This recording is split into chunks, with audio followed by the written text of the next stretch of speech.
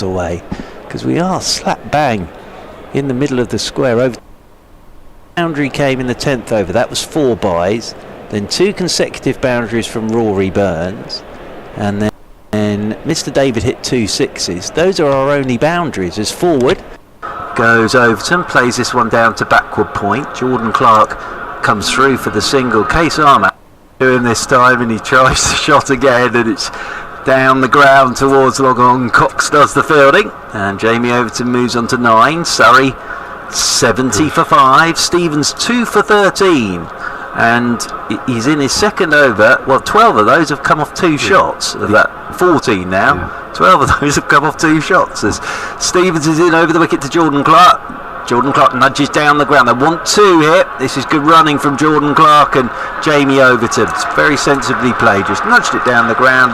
Long way for Cox to come up. Jamie Overton, those long legs.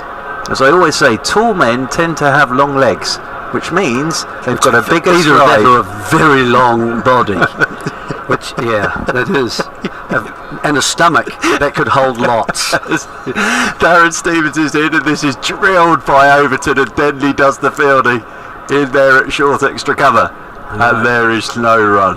What is the X-Man cometh going to do here with this delivery? Because he uses the bat like that, doesn't he? Absolutely. Stephen says, look, if I get this right, it's honestly Sydney of the bush. He'll either hit me for 6 or I could have a wicket. He's in again, Stevens, and this is nudged by Jordan Clark into the leg side. He's going to look for 2 again.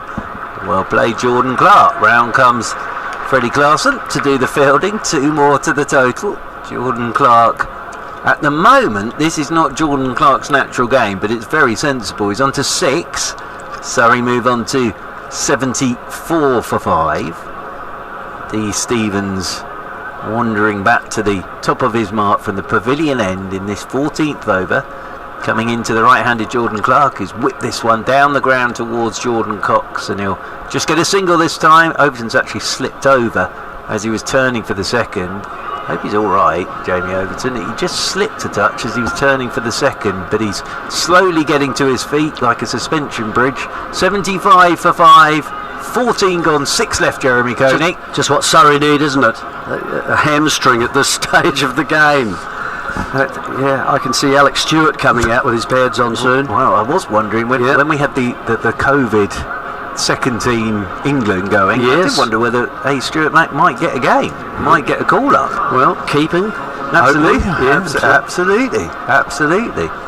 But no, 75 for 5, 6 overs to go. 2 brilliant catches from Kent. Jordan Cox down at long on, and this gentleman, Mr. Clarkson, at short third man. And Clarkson's figures are fairly tidy at the moment. So Clarkson down below us, turns and comes left arm round the wicket to Jordan Clark, who slammed this one. That's a half volley, and that has been put away by Jordan Clark. Genuine loosener that, really, from Freddie Clarkson, and a long half volley, and Jordan Clark absolutely hammered that through the covers. He moves on to 11. Sorry, move on to 79 for 5. It shows you the width on the pitch like this allows the batsman to free his arm up. If he's anything like in, we saw David hit one for 6 straight down the ground from a similar delivery. Clarkson, round the wicket he comes again, well bowled, right up on the toes of Jordan Clark. And Jordan Clark can't do anything with that, so that's very well bowled by Clarkson. A wild card as well. I think Mr. Clarkson's off to Manchester, is he not, for the 100? The originals, indeed, yes. As, well, they are. They haven't played before. As round the wicket once again comes Clarkson. And, oh, hello. Jordan Clark's just backed away and then dinked this up and over the top of Case Ahmad. And they'll go back for 3 here. There go the long legs of Jamie Overton. And they're through for 3. So, good shot from Jordan Clark. He moves on to 14. 82 for 5, Surrey. Yeah. Those legs were pumping, weren't they? He's a large velocipede. Really, it looks like kind of some machinery that came from the north. Can I be honest with you? Woolen mills. I thought Overton was a big lad until Jameson arrived. All right. As round the wicket once again comes Clarkson. This is pulled by Overton out towards deep mid-wicket. They'll pick up a single. One more to the total. Overton moves on to 10. 84 for 5. Yeah, he's tall. He's enormous. Yep, Joel Garner height. He's huge, Mr. Jameson. Great shame that he pulled a muscle in his buttock, poor chap, after 6 overs this week. As round the wicket once again comes Clarkson. This one's nudged into the leg side by Jordan Clark. They want 2 again, but Alex Blake is quickly up to do the fielding. And one more to the total, 84 for 5. Because I was told that Mr. Jameson had pulled a glute, but I had absolutely no idea where a glute was on your body until Matt Cole told me. I wonder how you do this that. evening. How on earth do you do that? I don't. Well, he managed it somehow. I don't know how. It's around the wicket again comes Clarkson. Short. This is pulled like an exocet by Jamie Overton. Flat for 6. What a shot that is from Overton, because he's just stood on that front foot and swung it flat for 6. Jeremy Cody will bring back Matt Cole, but a final thought from you at this stage with 5 overs to go. Well, just as they're showing the replay of that was a brutal sort of hit, wasn't it? 90 now, 90 for 5. So a recovery of sorts, should we say? From over 10, which is 42, to 90. So if they can repeat that, they're going to get to maybe 120 or maybe even further if these two can remain at the crease. Of course, it could all fall apart very quickly. Denley looks as if he's going to come in now. That's another challenge for these players. You can't just stand and deliver and hit medium pace and also have to deal with the sort of the deception, if you like, of a leg spinner. So that's going to be another challenge for them. See if they can get close to the ball. Well, here is Denley then from the pavilion end, and this is slammed by Jordan Clark down the ground. He'll pick up a single down there towards long off. One more to Jordan Clark. He moves on to 16. Jamie Overton comes back onto strike on 16. So yes, these two came together with the score on 59 in the 12th over. They've got it up to 91 in this 16th over now, as Denny's in again. Here goes Overton. He's got all of this. That is a gorgeous shot, straight down the ground into the middle tier of the pavilion, and you knew the moment that left his bat that was 6 runs. And Jamie Overton's on to 22, and Surrey move on to 97 for 5. Well, very good, because he did get close to it, and you've got to target those against the spinners, target the short boundaries. They happen to be straight, which is ideal because you use the full width of the bat. You've got your best chance, in other words, of making a good contact. So a little shimmy from the Axeman cometh, and he just whacked that straight back, made sure he got a good contact. Ian Gould looks suitably unimpressed as always as he gives the ball back to Joe Denley after sanitising it, because it went into the crowd. Denley's in once again to Overton, and Overton looks to work leg side, little leading edge, well bowled Joe Denley. That rolls away out into the offside. They'll pick up a single. One more to the total. Overton moves on to 23, 98 for 5, Surrey. Well, can Denley keep tossing it up in the air, or will he just drag it down a little bit? Jordan Clark waits and then just nudges leg side. This is good from Jordan Clark, because he'll look for 2 again here. It's very sensible stuff from Jordan Clark, because Jamie Overton's played a couple of big shots and Jordan Clark is just happy. Nudge leg side, come back for 2, and the 100 comes up for Surrey, which seemed a long way off. In the 9th over, Surrey were on 28, and they've got themselves up to 100 in the 16th over. As Denley's in once again. Here goes Jordan Clark. Is he gone stumped? Now Robinson's whipped off the bails, but umpire Lungley shakes his head. So he got his back foot somehow back into the crease there, did Jordan Clark. For all the world it looked like he was gone. But nice bit of bowling from Joe Denley again. It was just a tempter, wasn't it? Nice little arc of temptation from the bowler. In again he comes, and this one's turned leg side again. They'll want 2, and they'll get 2, and it's good running again, because Denley's had to go all the way across the field off his own bowling. End of the over, 102 for 5. Jeremy Cody, thank you, sir. We'll bring back Matt Cole for these final 4 overs. All the lights in the broadcasting place have gone on. Bring back Matt. Get him back. Well, there's a petition started already around the Ashford area to bring back Matt Cole. So here he is away to our right hand side. And now, I think we pushed that button. Yeah, there we are. doing a bit of de-rigging here. Live de-rigging on BBC Radio Kent and BBC Radio London. 16 gone, 4 left. Surrey 12 off that over. 102 for 5. And this is fascinating stuff. It's a strange game, but it's fascinating stuff. Adam Milne comes into the attack down below us from the Vauxhall end. Welcome back to Matt Cole as Milne turns down below us and will come over the wicket. No, he won't, because Jamie Overton's got a bit of movement behind the arm. But fascinating game here. I was thinking more the draw on the national grid as everyone goes to make a cup of tea as Jeremy Coney comes off the mic. Yeah, there is that as well. There is that. Yeah. I think much the same myself. Oh boy, I'm under no illusions. What a game this is, though. Well, Surrey have got their run rate up to 6.38 when it was 3. I'm not sure to make of this game at all. To be no, honest. I'm not at the moment. I actually think 120 might not be a bad score here. As Milne over the wicket he comes, and he'll try again, full toss, and Jamie Overton trying to absolutely larrup that, and was through it very, very early and plays it straight back up the pitch. So nicely bowled by Milne. The slow full toss in T20 cricket can be one of the deadliest deliveries out there. Yeah, 1 for 6 off 2 overs. Admittedly, that was right at the top where no one was timing the ball at all, were they? But how about the fielding, Mr. Cole? Those 2 catches, outstanding. Yeah. 2 in 2 off Darren Stevens. As over the wicket goes Milne, and this is driven by Overton out towards the sweeper on the cover rope. Just a single as the throw comes in, 1 bounce. It was a bit like a contest, wasn't it? Because Jordan Cox's catch was so good running in from the boundary, diving and taking that. And then I honestly thought, from our perspective, the ball was past Clarkson. I thought it was going for 4 when he took it. So, yeah, and you have to say, Kent, their fielding has been absolutely superb throughout this. Yeah. Terrific the South stuff. group so far. Well, saying about Jamie Overton, tall men, long legs. Clarkson, tall men, long arms. As over the wicket once again comes Milne, and that's a slower ball. Jordan Clark looking to slap that one through the offside. I'm just worried where we're going next, Jeremy, to be honest. Big shoes. As Thank that's you so taken much. by keeper Robertson, moving away to his right hand side. But on a serious point there, Yeah. I don't think anybody else in the Kent side, he's the tallest out there, Clarkson, would have got anywhere near it. But he stuck out his strongest hand, of course, and in it went. Brilliant catch as over the wicket once more comes Milne. Oh, dancing feet of Jordan Clark, that's brilliant, because he's jumped across the crease for the paddle and it's hit the toe end of his bat for a single into the leg side. I don't think he could do that again if he tried. He's calling for some chalk for the end of his cue now, is Jordan Clark.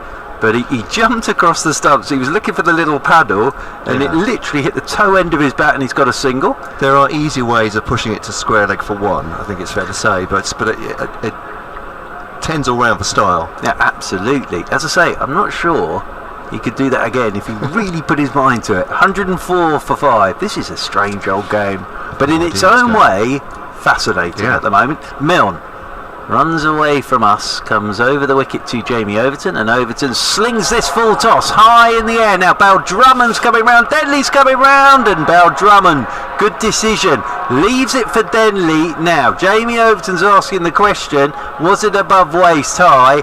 Umpire Gould shakes his head and says no, and Jamie Overton will have to go for 23, 104 for 6. Bell-Drummond and Denley did a pretty good job there, because for one horrible second I thought they were going to run into each other, and ever since I saw Rory Burns and Moses Enriques do that at Arundel, it always makes me go cold for a second.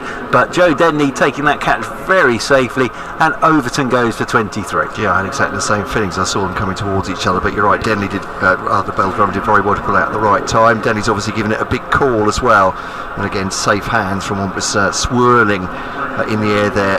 Great partnership for Surrey though. That's a real rebuild, isn't it? Was that 52 between those two? Which is quite something considering what we were going at. Yeah, Surrey were 28 for 3 off 9. They're now 104 for 6, albeit 1 ball shy of the 17th. And Gus Atkinson is out there. They cross, so Jordan Clark is on strike. Milne's into him, and Clark off the back foot cuts this one away out towards sweeper on the cover boundary rope. They'll pick up another single, 1 more to the total, but a very good over from Adam Milne. The wicket of Jamie Overton, But a good innings that from Jamie Overton, a 23 in the context, but just 3 off the Milne over. And Milne, well, he's got very nice figures so far this evening. And Surrey, 3 to go, Matt Cole, here on BBC Radio Kent, BBC Radio London, 105 for 6. Well, Adam Milne is only here at Kent, with Kent, because Mohamed Amir went to the Pakistan Super League after that was postponed or played in 2 halves, as it were. But I don't think many Kent fans were upset when they saw that Adam Milne was re-signing for them for his 4th spell. He's been absolutely brilliant, the Kiwi. Really impressive bowling, both ends as well. Bowls first and last. Matt Milnes is coming back. His figures haven't been bad tonight either, have they? I'll just check.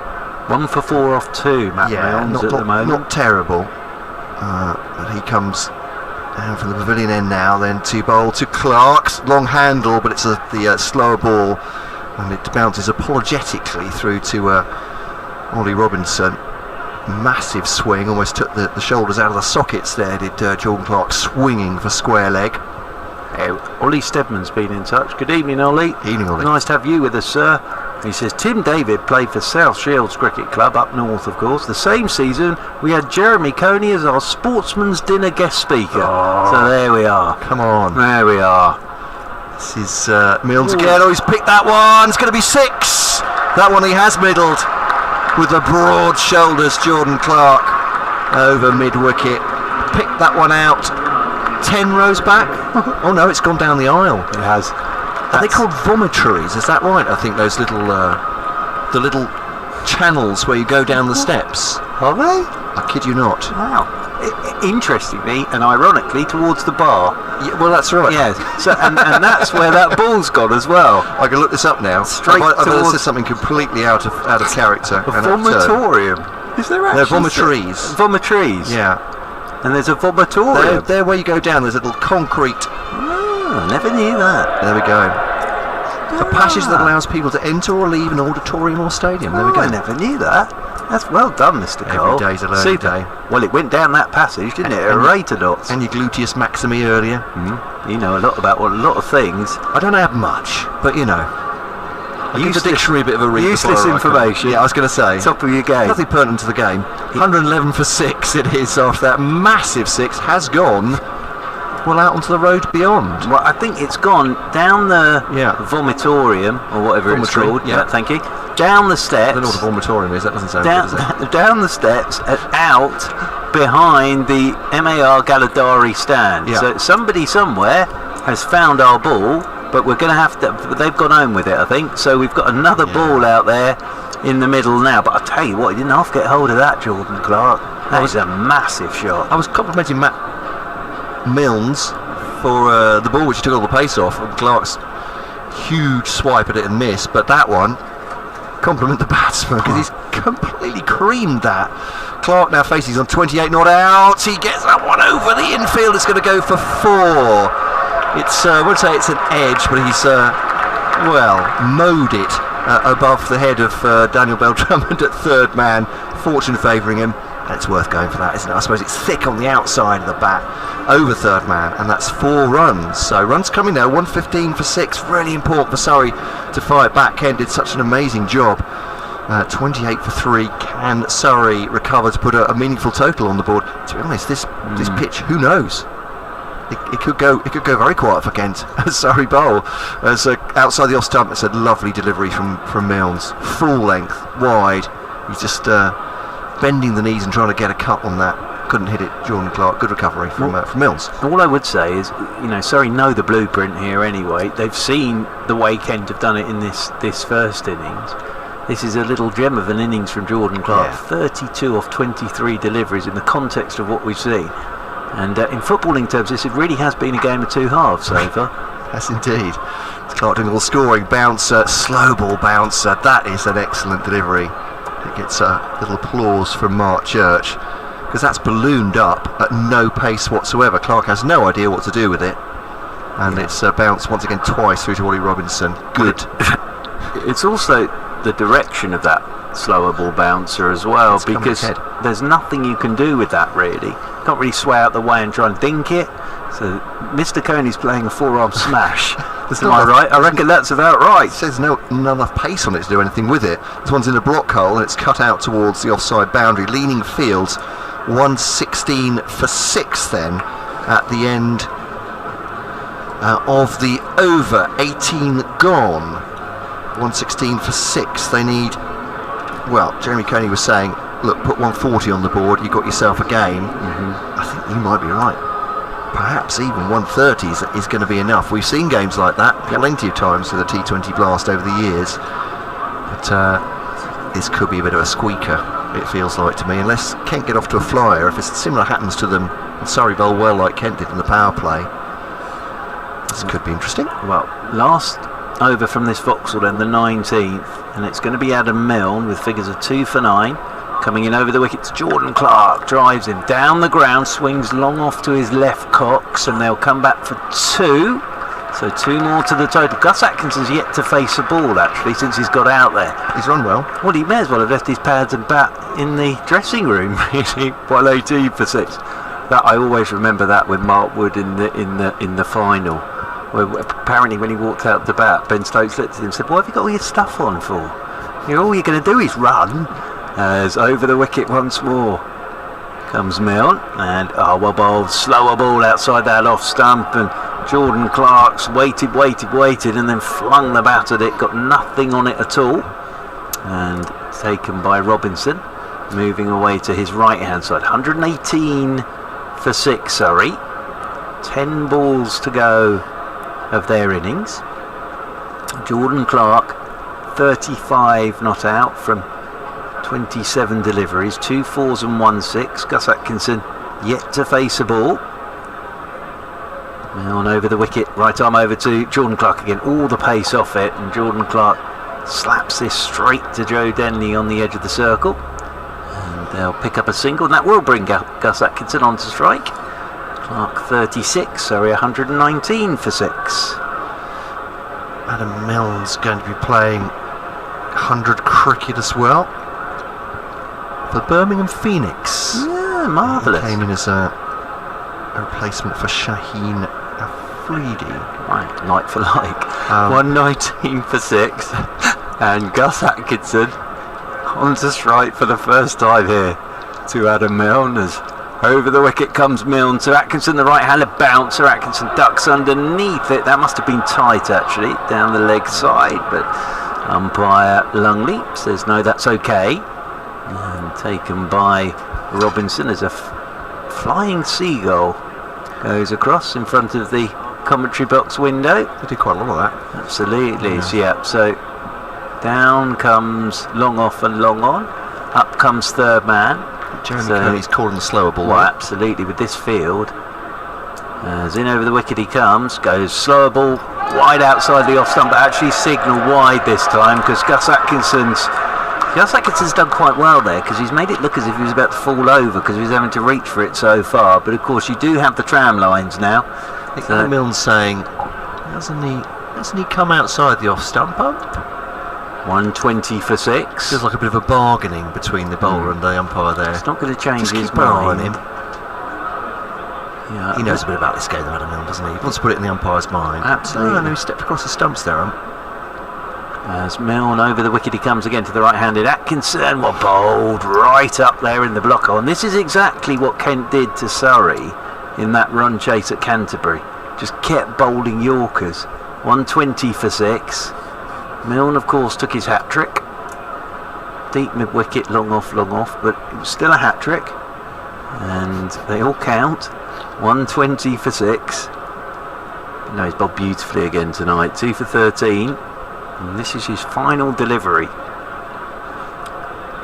Can Gus Atkinson find the boundary? Milne comes over the wicket to Atkinson. Well bowled, right up there, dipping on him full toss. It's hit him on the knee, I think, and rolled away into the leg side.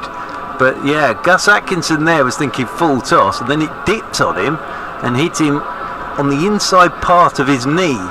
So Gus Atkinson has virtually kicked that for a single, and well bowled Adam Milne. Great figures tonight from Adam Milne, and it'll be Milne's, I think, to bowl our final over. And sorry, one Clarkson, apologies. Clarkson's bowled our final over, 121 for 6. Yeah, Clarkson, who started this series before Milne arrived as their premium death bowler. It definitely works. Yeah. I mean, you've got every reason to think it's Matt Milnes, as a picture of Matt Milnes has appeared on the... Or perhaps they're just telling us that he's bowled well. Matt Milnes has bowled 3 overs and quite well. Maybe they feel he should be bowling the last over, but because he isn't, they've put his figures up. Everyone's a critic. Around the wicket, the left armour to Atkinson. Pulls away low towards the onside boundary. They're coming back for 2. The arm of Blake there. They've done well. Blake's quick across the ground. Good throw as well. But Clark backed up well there, didn't he? And Atkinson comes through for 2.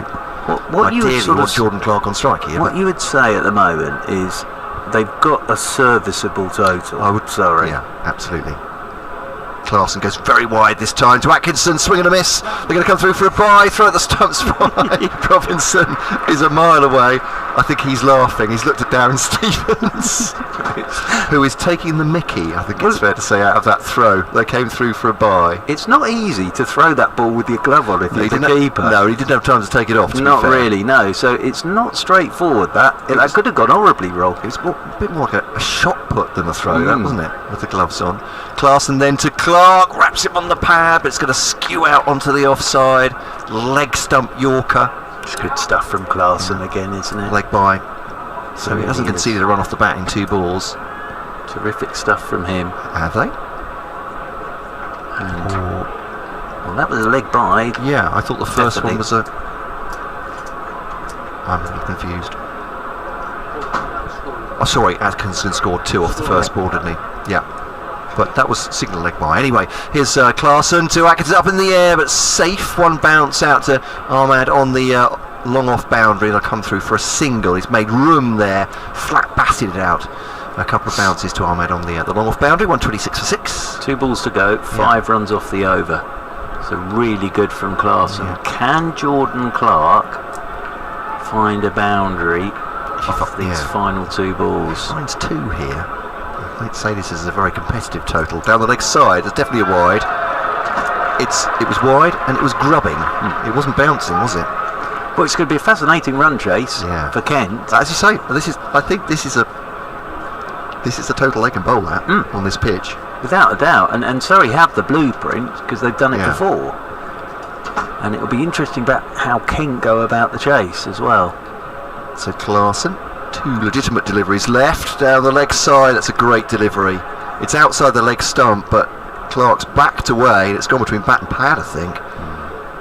At pace, full length through the wicketkeeper, no run. Really good skill from Clarkson. You can see why he's been picked up for one of those 100 franchises, can't you? Absolutely. I think he's just improved this summer as well.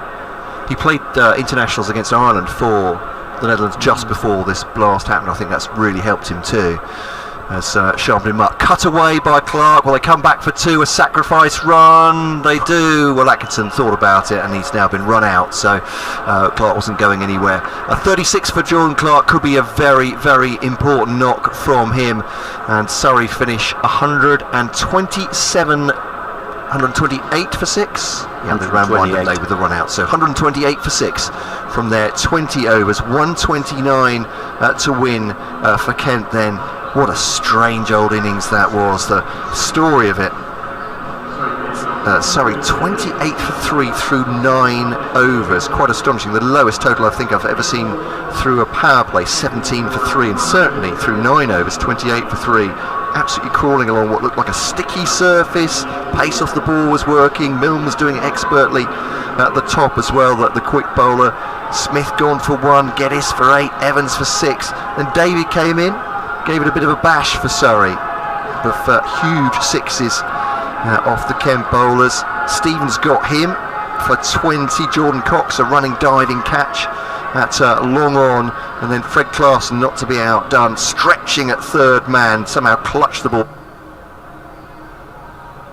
So Surrey 128 for 7 off their 20 overs.